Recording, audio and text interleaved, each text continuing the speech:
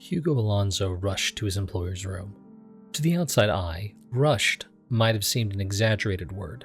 Hugo's gait was long and quick, but not hastened. His footsteps merely sounded on the tiles on the top floor of his employer's building, not pounded. His breathing was natural. Plenty of long breaths filled his lungs with enriching oxygen before elongated exhales released the carbon dioxide into the air, and not panting. Yet for him, these lengthened strides and brisk pace was anything but calm, which was unfortunate, as Hugo's employer required a veil of experience and expertise in all facets of business. If one worked for Hugo's employer and performed any less than his professional ideal, then certain consequences would befall him or her. Hugo had seen many a person fail to meet his employer's standard, then had never seen said person again. So even when exciting news had reached Hugo's ears, he had to remain calm. Hugo took another deep breath as he stopped outside of his employer's room. There was a screen on the right side of the closed door. A little green light glowed in the top right corner, signifying Hugo's employer could be interrupted. Hugo placed his wristband on the screen, then entered the room as the door slid open. It was with effort he kept to his natural gait. Slow, deliberate steps almost entirely silent over the room's plush carpet. In truth, he'd walked much faster as a child. Under his employer's tutelage, however, Hugo had adjusted to many things, to more match the powerful man who sat before him. Hugo's employer was sitting on a long couch, staring at the Linux skyline, with a large crystalline glass of red wine in his hand. "Hugo," his employer said, voice barely above a whisper. Like his gait, Hugo had also trained his ears to hear and understand his employer's preferred volume of speech. "Join me." Hugo could never disobey his employer's requests.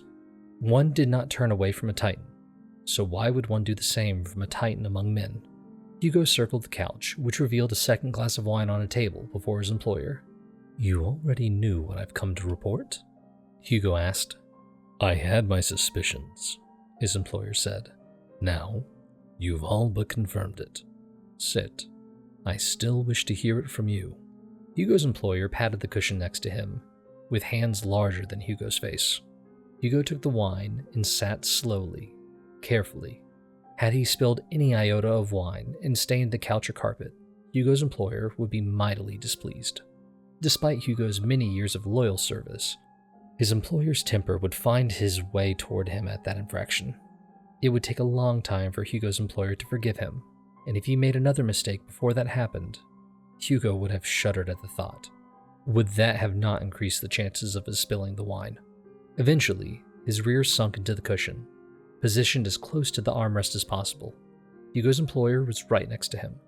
He wasn't even worthy to have his knee brushed against his employer's. "Word just came in," Hugo said. "The experiments worked. Our timetable won't need to change. They actually trapped a Titan.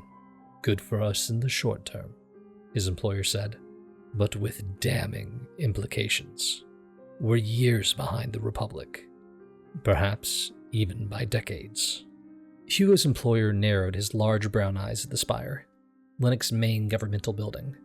It soared in the distance, like a proud beacon for lost children to find hope and comfort and a way home. "Which one?" his employer said. "There were at least 5 by my last count." "The 2 type of air titans, and 1 water type managed to interlink with children before our men could get them," Hugo said. "The fire type hasn't been seen moving yet." "So, the land type?" His employer nodded, then remained motionless in thought. It was in times like these where Hugo was reminded of the ancient carvings of large men, sculpted from onyx. Just one of them in a tan suit, and Hugo's employer would fit in naturally next to them. "That will do. It'll have to be. Keep your eyes out for the fire type." "Absolutely," Hugo said. "There's something else." "There always is." "They're bringing the Titan over already, in a truck. It should be here by this evening." "I figured. So, there must be more to report." "Actually been able to do some preliminary tests already. Dr. Wagner claims he's already been able to extract some of the Titan's power." "Already?" "Yes." Hugo's employer remained in silent contemplation. Then he raised his wine glass. "Call the necessary people. I want all the experiments ready to go the moment they bring the Titan into the city." "Of course." Hugo clinked his glass against his employer's. His employer took a sip, then rose. And remember to actually savor it this time. We have a long road ahead of us, but remember to celebrate the little victories as they happen. Of course. Hugo rose and sipped his wine. Dark, yet delicious. Just like the job they'd completed and the task ahead of them. In a few seconds, Hugo would make coded phone calls. In several hours, labs would be prepped, lawyers would have documents ready, the peacekeepers and police informed of their responsibilities, and some unwilling citizens of Linux would find themselves at the heart of a revolutionary experiment. That could wait a few more moments, as Hugo savored the celebratory sip of the wine.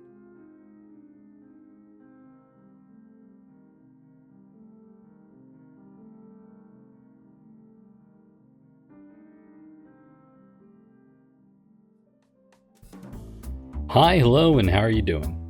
I hope you have enjoyed listening to this first entry into the CLANN series. I'm your humble narrator, Alex Ironwood, and this story was written by the incomparable J. Alex G. We look forward to writing, reading, and finding you all a great more stories in the future. If you'd like to hear more, please like and subscribe, and if you have any suggestions or stories you'd like read, please feel free to shout them out in the comments. Once again, thank you for listening, and I hope you like the next one.